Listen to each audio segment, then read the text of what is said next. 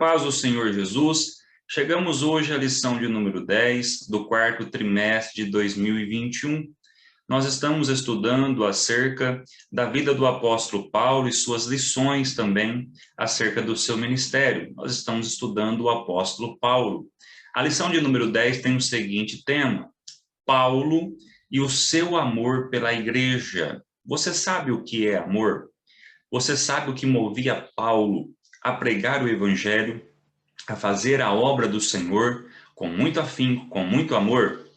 Nós vamos aprender nessa lição acerca da vida do apóstolo Paulo e como ele se portava nas igrejas que ele passava, não somente em Tessalônica, que é o nosso ponto de partida para a lição, mas também em várias igrejas. Paulo usava o amor, a fé e a esperança, mas muito ligado à fé e o amor. Nós vamos entender o que é o amor, nós vamos falar sobre as 3 virtudes da igreja de Tessalônica, enfim, é uma lição maravilhosa. Se você está aqui pela primeira vez, eu sou o pastor Edivan Campos, congrego aqui no campo da Assembleia de Deus Ministério do Belém, em Viradouro, congrego como pastor presidente, pastor Edmilson Câmara, e sou pastor dirigente da congregação de Terra Roxa. E tecemos aqui um comentário acerca das lições bíblicas CPAD. Bom, se você ainda não se inscreveu no canal, faça isso para receber nossos vídeos, nossos slides, enfim, você é muito bem-vindo aqui no nosso meio. É uma alegria ter você aqui conosco aprendendo a palavra de Deus. Aqui embaixo vai ter alguns links muito importantes para você se comunicar conosco. E se você ainda não é membro do curso Evidência Ministerial, aqui embaixo vai ter um link muito importante, onde ali nós desenvolvemos aulas maravilhosas, estudos maravilhosos sobre família, sobre igreja, sobre teologia e principalmente aqui também da EBD. Ali dentro tem todos os slides de todas as aulas que nós produzimos até hoje, aqui dentro do YouTube, mas os slides estão lá separados, onde também conseguimos adiantar algumas aulas e vamos postar um pouco antes lá dentro. Nós estamos agora trabalhando para que isso aconteça. Bom, vamos então à lição de número 10, que está maravilhosa. A lição de número 10, então, tem o seguinte tema: Paulo e seu amor pela igreja. O nosso texto áureo diz assim: porque o amor de Cristo nos constrange. Está em 2 Coríntios, capítulo 5, verso 14, a parte A. Quando nós lemos aqui acerca do amor, nós temos que entender que é um amor ágape. O amor ágape, ele nos ensina que é um amor incondicional, mas é um amor de decisão.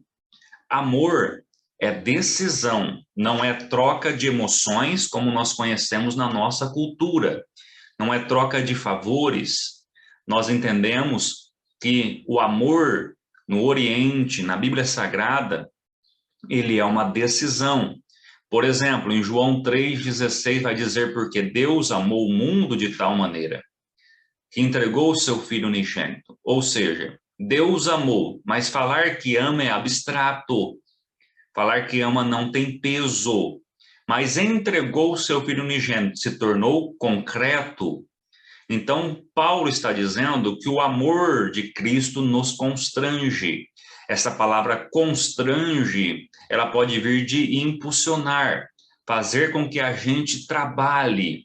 Ou seja, a raiz do evangelho, a essência de Deus é o amor.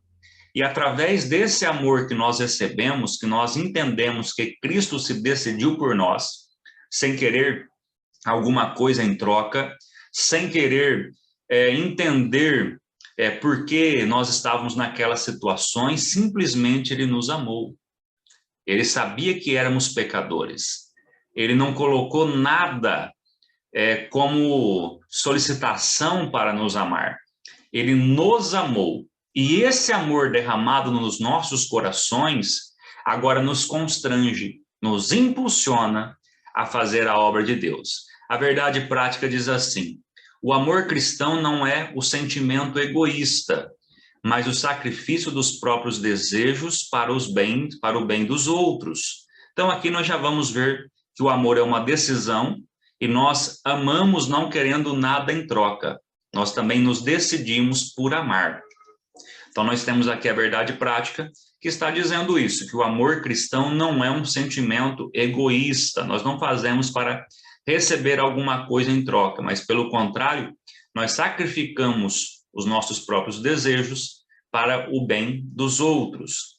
A leitura bíblica em classe, ela está em 1 Tessalonicenses, do capítulo 1 ao capítulo 10, da qual nós vamos aqui explanar na lição algumas verdades acerca desta leitura. O ponto central diz assim: ame a igreja de Cristo, ame a sua igreja local. Vamos entender então? Se o amor é uma decisão e não uma troca de favores, não uma emoção, eu não te amo por aquilo que você faz por mim, mas eu simplesmente te amo. Então nós vamos ver aqui, se decida a igreja de Cristo, se decida a sua igreja local. Não tem como você ficar dentro da sua igreja se você não ama o seu pastor, se você não ama os membros da igreja, os irmãos da igreja que ali estão. A introdução diz assim: pelo menos duas características marcaram a igreja de Tessalônica: amor ao Senhor Jesus, se decidiram por Jesus. Porque tem pessoas que ainda não se decidiram, são simpatizantes do evangelho. Eles gostam de estar na igreja, gostam dos louvores, mas realmente não se decidiram ao Senhor. E o amor recíproco entre os irmãos, um amor verdadeiro, um amor que vai, um amor que volta. É isso que gera aqui as duas características marcantes da igreja de Tessalônica.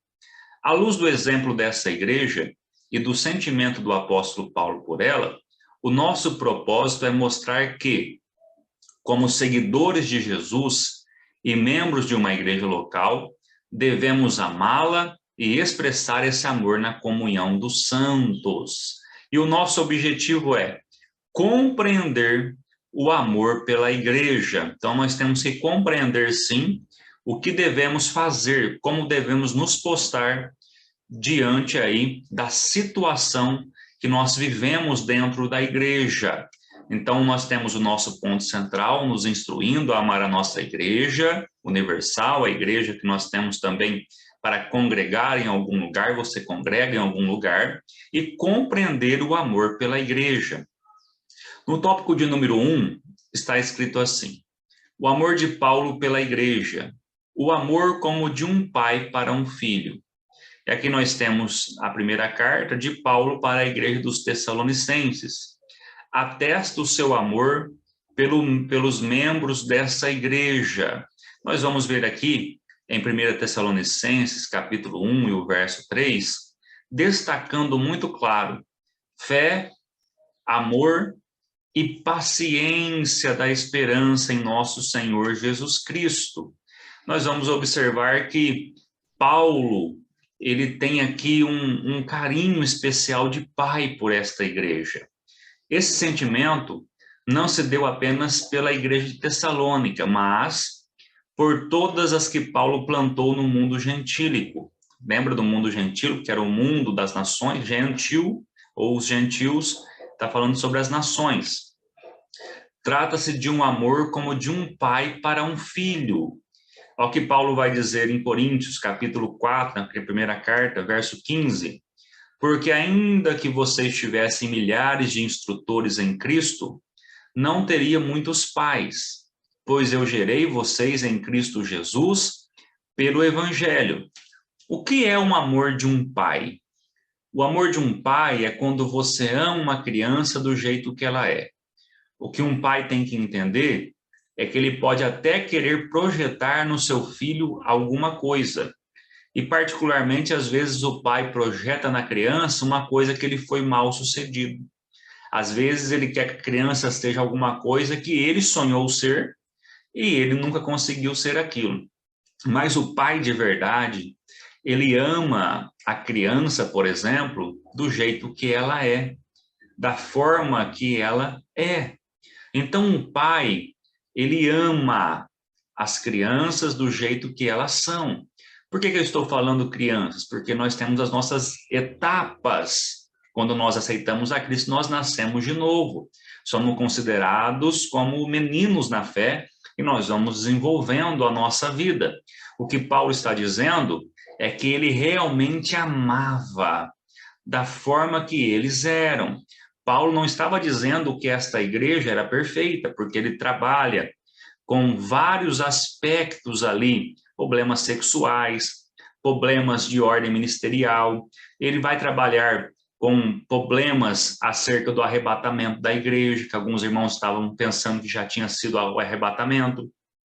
Então, Paulo, ele compreende que a igreja não é perfeita, mas ele trata todos como filhos. E quando nós temos esse sentimento, as coisas mudam, porque nós declaramos o nosso amor à igreja. Uma declaração que revela o amor de um pai espiritual pelos seus filhos espirituais. Paulo tinha um carinho, um amor muito grande pelas almas que estavam ali aos seus cuidados. Paulo amava e ele dava vida por estas almas. Aqui no ponto 2 do capítulo 1 diz assim: o amor motivado pelo modo de viver o evangelho.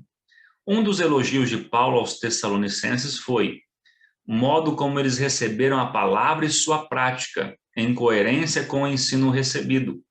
Os cristãos de Tessalônica eram o objetivo de amor do apóstolo, pois neles ele via o fruto do seu ministério. Paulo, ele elogia essa igreja porque eles receberam a palavra e colocaram em prática. Tinha uma coerência do ensino, porque tem muitas pessoas que ouvem a palavra, mas não colocam em prática. Tem algumas igrejas que ouvem a palavra, mas não colocam em prática. E agora ele vai de aqui tecer elogios, porque eles recebiam a palavra e colocavam em prática. Deixa eu dizer uma coisa para vocês.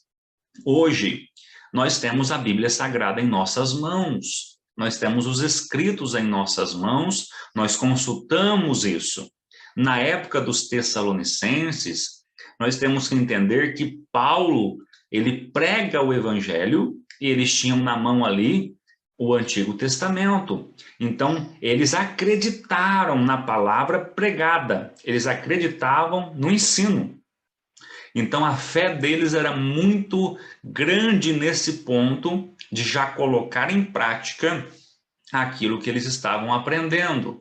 Os versículos 5 e 10 da nossa leitura bíblica em classe mostra a indivisível alegria dos tessalonicenses, no caso, contrasta a expressão do amor de Deus na vida da igreja. A igreja era formada por pessoas que abandonaram a crença em ídolos e, pela fé, abraçaram o evangelho. O evangelho não é discurso, mas implica práticas convictas. Essa disposição dos Tessalonicenses tocava o coração do apóstolo. Se nós lermos aqui do versículo 5 ao versículo de número 10, nós vamos entender aqui, principalmente aqui no versículo 6, no versículo 7, algo muito importante. O versículo 6 diz assim: e vós fostes feitos nossos imitadores e do Senhor, recebendo a palavra em muita tribulação com gozo do Espírito Santo. Por que Paulo fala que eles foram feitos imitadores deles e depois do Senhor Jesus? O versículo 7 nos explica isso. Vai dizer assim: de maneira que fostes exemplo para todos os fiéis na Macedônia e Acaia. Porque a primeira visão que alguém tem é do próprio pregador, do evangelista, daquele que está plantando a semente da igreja. Então, automaticamente, eles têm aquelas pessoas como exemplo. E Paulo está dizendo: e vós, feitos nossos imitadores. E vai dizer: e do Senhor. Ou seja, depois no verso 7, eles foram exemplos para mais vidas, para a igreja, para os fiéis na Macedônia e na Acaia. Por que Paulo estava dizendo isso?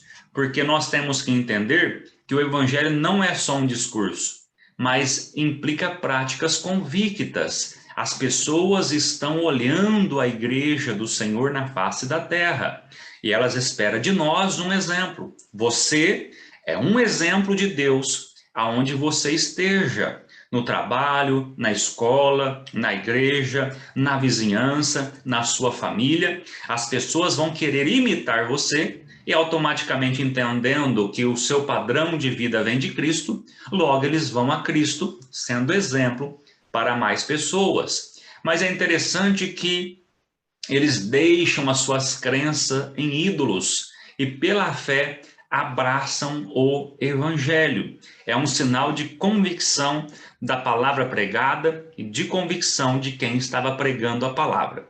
No ponto 3 do capítulo 1 diz assim: o amor deve nortear a nossa vida na igreja local.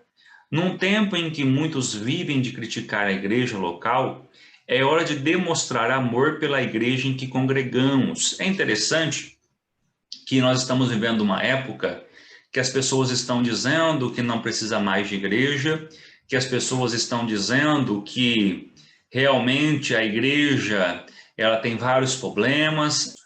É claro que eu não concordo com essa expressão que nós não devemos congregar, mas que a igreja tem vários problemas, sim. A igreja tem vários problemas, sim. A igreja é um hospital. A igreja cura de almas feridas. A igreja é um ponto de transformação, mas nós devemos entender que é necessário o amor. Se decidir pela igreja local onde nós estamos. O seu pastor vai ter um defeito, os obreiros vai ter defeito, o círculo de oração vai ter problema, a mocidade também, as crianças, enfim, o grupo de obreiros. Mas agora é hora da gente não cair na cilada de Satanás e ficar aí criticando a igreja. Nós não vamos ganhar nada com isso. Um reino dividido se destrói a si mesmo. E essa é a tática de Satanás no nosso meio. Nós temos que viver uma vida de amor pelos irmãos na igreja que nós congregamos. Este é o lugar que Deus nos plantou. É o lugar onde você se converteu, é o lugar onde Deus cuidou de você, transformou a sua vida, transformou a sua família, e nós temos que dar valor nisso. É o lugar onde servimos a Ele, o nosso Deus, compartilhamos a comunhão com outros irmãos e realizamos a sua obra. É onde Deus permitiu a nossa comunhão com Ele e também com os irmãos. Se você não puder falar bem da sua igreja, também não fale mal, ore por ela. O amor de Paulo pela igreja, aqui no caso a gente colocou um slide aqui, realmente é algo que abre aí o amor para todos os irmãos. Deve tocar o nosso coração e assim sermos encorajados a manifestá-lo na igreja local em que congregamos. Então, quando nós temos o amor, sentimos o amor de Deus sobre a nossa vida, nós também manifestamos esse amor tão grande a qual foi derramado sobre nós. No ponto 2, nós vamos ver amor e fé na igreja, são bem ligados. Amor, uma palavra prominente nas cartas de Paulo. No ensino de Paulo, Deus manifestou o seu amor salvífico por meio de seu Filho Jesus Cristo. O apóstolo mostra que a expressão suprema desse amor é a crucificação de Jesus no Calvário, seu doloroso sacrifício. E em Romanos capítulo 5, verso 8, diz assim: mas Deus prova o seu amor para conosco em Cristo, morreu por nós, sendo nós ainda, em que Cristo morreu por nós, sendo nós ainda pecadores. Nós vamos entender aqui que a manifestação do amor salvífico por meio do Filho é a prova, como eu disse lá em João 3,16, Deus provou o amor sobre nós. É interessante que eu escutei uma história de uma mãe que tinha uma menininha e essa mãe, ela colocou a menininha no berço, a menininha estava dormindo e quando essa menina dorme, ela vai lá fora no jardim, era um sobrado, e ela vai lá fora lá, aguar o seu jardim. Quando de repente ela olha para trás, o sobrado estava em chamas. Ela tinha duas coisas a fazer. Ou ela subia no meio das chamas naquele sobrado para salvar a sua filha, ou ela esperava o bombeiro chegar. E ela escolheu a primeira. Ela vai no meio das chamas, subindo o sobrado, queimando o seu corpo, queimando a sua pele, o seu cabelo, para salvar aquela criança. Quando ela chega no quarto que aquela criança estava, as chamas estavam em volta daquele berço. E a mãe enrolou a criança em um lençol e saiu no meio daquelas chamas. Ela foi descendo, o seu corpo foi queimando, e quando ela chegou lá embaixo, ela estava toda queimada, o cheiro da pele queimado, o seu cabelo queimou, ela queimou o seu corpo inteiro, mas quando abriu o lençol, a criança estava intacta. A criança não foi tocada pelo fogo. E a mulher sobreviveu e a criança também. Passaram alguns anos, a criança cresceu, estava adolescente e ia ter uma reunião de pais na escola. E a mãe dela foi, ainda com as marcas das queimaduras, com seu corpo queimado, sem o cabelo. E quando a mãe chegou na escola, a criança olhou para ela, que agora era uma menina, e disse assim: mamãe, eu tenho vergonha da senhora. A senhora é feia, a senhora não tem um cabelo bonito igual as outras mães, a senhora tem a pele feia, eu tenho muita vergonha da senhora. E aí a mamãe se ajoelhou e falou aqui: vem cá que eu vou te contar a história, por que a mamãe é assim. Mamãe nunca te contou. E ela contou para ela como foi que a mamãe se queimou, passando pelo meio das chamas para que ela estivesse viva. Então aquela adolescente começou a chorar e disse assim: mamãe, então a senhora é a mãe mais linda do mundo. O que eu estou dizendo é que o amor de Cristo chegou à crucificação. E quando nós entendemos que esse amor foi por nós, ele foi à cruz como um cordeiro mudo e imaculado. Ele sofreu ali o sacrifício doloroso, provou seu amor por nós, ainda que nós não merecemos, isso foi derramado no nosso coração. Então Deus provou o seu amor para conosco. E esse amor que agora está dentro de nós é o amor que nós temos que transmitir também para as pessoas que estão ao nosso redor. Entretanto, é preciso que o ser humano responda a esse amor, porque Deus amou o mundo de tal maneira que deu o seu Filho unigênito para que todo aquele que nele crê não pereça, mas tenha vida eterna. O amor de Cristo concretizou o amor de Deus para as nossas vidas. Aqui no ponto 2, nós vamos ver a fé e o amor no ensino de Paulo. O apóstolo nos diz que o amor é a fonte de justiça de Deus imputada ao pecador, concedida pela graça por meio da fé. Assim, fé e amor têm uma correlação inigualável. Nós vamos entender que a fé, ela vai produzir obras dentro de nós, e o amor vai produzir o trabalho. Aqui é interessante que Paulo falou disso em várias igrejas. Aos Efésios, Paulo escreveu: por isso, ouvindo eu também a fé que entre vós há no Senhor Jesus, e o vosso amor para com todos os santos. Efésios 1:15. Em 2 Tessalonicenses, ele arremata: sempre devemos, irmãos, dar graças a Deus por vós, como é justo, porque a vossa fé cresce muitíssimo, e o amor de cada um de vós aumenta de uns para com os outros. 2 Tessalonicenses 1:3. Portanto, segundo o ensino do apóstolo, há uma correlação necessária entre a fé em Cristo e o amor entre os irmãos. A fé nós podemos ligá-la ao campo dogmático. Quando nós falamos de um dogma, toda religião tem o seu dogma. Qual que é o nosso dogma? O nosso dogma é Jesus. Cremos que ele saiu do céu, veio à terra, viveu na terra, foi morto, foi ali crucificado, ele foi morto, mas também cremos que ele ressuscitou ao terceiro dia. Então nós cremos sim, nós temos um dogma, e essa fé cada vez mais vai crescendo dentro de nós. E também nós vamos ver que esse amor também de Deus, ele vai crescendo também entre nós vamos aprendendo com ele.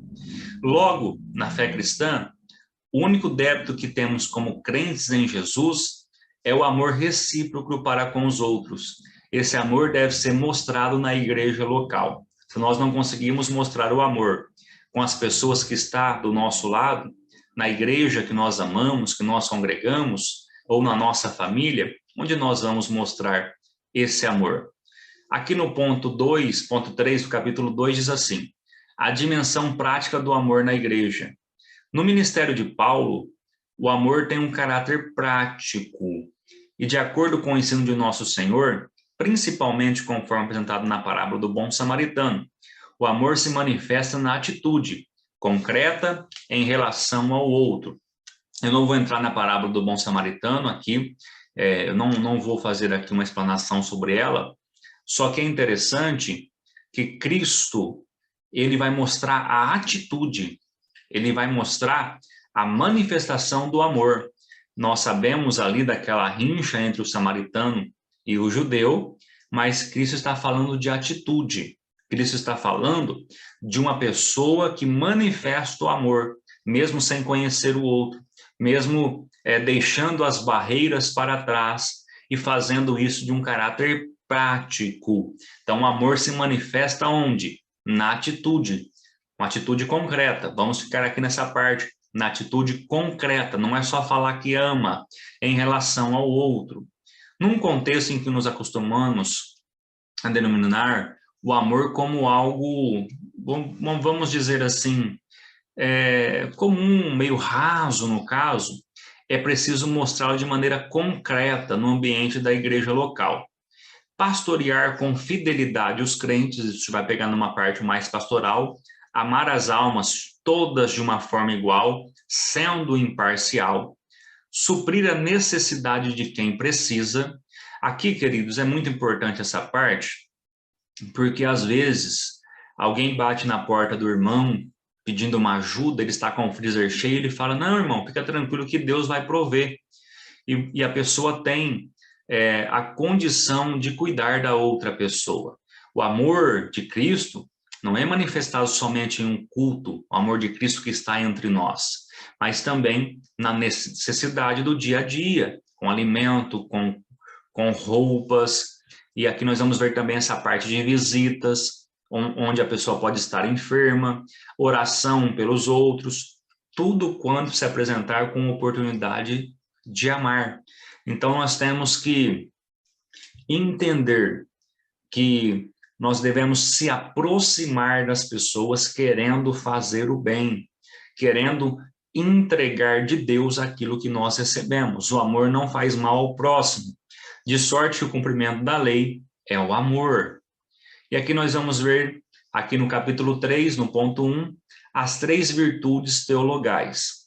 Veja que o apóstolo diz em sua oração aos Tessalonicenses, que é o capítulo 1, e aqui nós vamos ver do 1 ao 3, que vai dizer assim, no versículo 3, lembrando-nos sem cessar da obra da vossa fé, do trabalho do amor, da paciência, da esperança em nosso Senhor Jesus Cristo, diante de nosso Deus e Pai.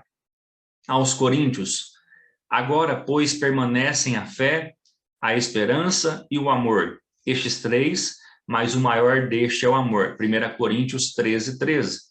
Então, nós vamos aqui entender que Paulo ele faz a mesma ligação. Ele vai aqui mostrar o que dizem em suas orações, mas ele vai mostrar esses 3 pontos: fé, esperança e amor. Aqui vai mudar um pouquinho a ordem, mas ele trabalhava dessa forma. Então, assim, as 3 virtudes que formam uma tríade especial nos ensinos de Paulo, que nós vamos ver a fé, o amor e a esperança. Tais virtudes devem participar da vida da igreja local, e agora nós vamos explaná-los. No ponto 2, nós vamos ver a virtude da fé. A primeira virtude é a fé. Na carta aos Tessalonicenses, a fé se refere ao efeito prático que o apóstolo denomina de obra da fé. Nós vamos ver aqui Tiago, também no capítulo 2, no verso 18, dizendo: mas dirá alguém, tu tens a fé e eu tenho as obras. Mostra-me tua fé sem as tuas obras, e eu te mostrarei a minha fé pelas minhas obras. Então, quando nós olhamos isso, nós vamos ver que nós somos encorajados a produzir frutos na igreja local como reflexo da nossa fé. Então, não adianta falar que tem fé e não produzir nada. Nós não estamos falando do aspecto aqui salvífico, porque nós já sabemos que as obras não salvam, mas as obras são consequência da fé. Depois nós vamos ver a virtude do amor.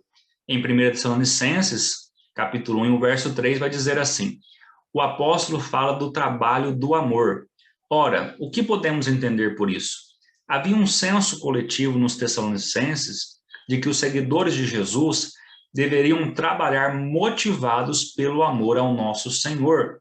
Então, esse amor que nos constrange, esse amor que está dentro de nós, agora, ele é manifestado também às pessoas que estão ao nosso lado. Nós recebemos o amor e transmitimos esse amor. Nós entendemos que Cristo se decidiu por nós e agora também nós nos decidimos a amar a igreja. Nós temos aqui esta visão do trabalho do amor. Eu entendo que de todas as coisas, né, como já aprendemos, o amor é o mais forte. Então não adianta fazer nada se você não tem amor. O amor é o ponto principal da obra do Senhor. O trabalho do amor era algo muito concreto. Em Tessalônica não existia doutrina destituída de amor. Estamos diante de uma igreja doutrinária e cheio de amor prático. Aqui no ponto 4, nós vamos ver a virtude da esperança. O apóstolo usa também a expressão paciência da esperança. A palavra paciência tem um sentido de resistência e perseverança. A ideia sugere uma perseverança da esperança. Na realidade, quando estudamos isso no profundo, nós vamos ver que a pessoa resiste e persevera sim. Mas de onde vem, então, esse ânimo? De onde ela cria essa resistência? O que faz ela ter essa paciência para perseverar, para ter esperança? É o Cristo que nós servimos. Então nós vamos ver a paciência da esperança. Nós estamos esperando, sim, com muita paciência, mas não é triste, estamos esperando alegres a volta do nosso Senhor. Nós estamos aí resistindo tudo para a nossa vida cristã ser aí tomada pelo nosso Deus daqui a pouquinho no arrebatamento. Então nós vamos ver que a paciência da esperança fazia eles suportarem ali, eles suportavam a perseguição, eles se comportavam com alegria do Espírito Santo. Uma pessoa, ela espera com alegria. O exemplo da igreja de Tessalônica nos ensina que a esperança cristã traz alegria ao coração de quem está suportando grandes tribulações e adversidades por amor a Cristo. É isso que nos move, é isso que nos faz acreditar. Esse amor que é manifestado no nosso coração, e também nós amamos, nós decidimos por Cristo, e as pessoas olham para você e não entendem como você consegue ter alegria no meio das tribulações. É porque Cristo, ele nos dá essa alegria. Isso tocou o coração do apóstolo e deve também tocar o nosso, encorajando-nos a perseverar alegremente na fé e no cuidado de Deus. Que nessa lição você entenda que é necessário que a sua fé cresça, é necessário que você ame, se decida por Jesus, se decida também pelos irmãos da sua igreja e também se decida em praticar as obras do Senhor com muita fé, com muito amor, e que o seu coração tenha alegria todos os dias, esperando aí a volta do nosso Senhor Jesus Cristo. A conclusão diz assim: esta lição nos ensina que devemos amar a igreja em que congregamos. Esse era o sentimento do apóstolo pela igreja de Tessalônica. Seu coração se alegrava pela fidelidade e lealdade dos tessalonicenses aos ensinos de Cristo. A igreja local é a forma visível da Igreja de Cristo, por isso devemos amá-la. Que Deus abençoe grandemente a sua vida.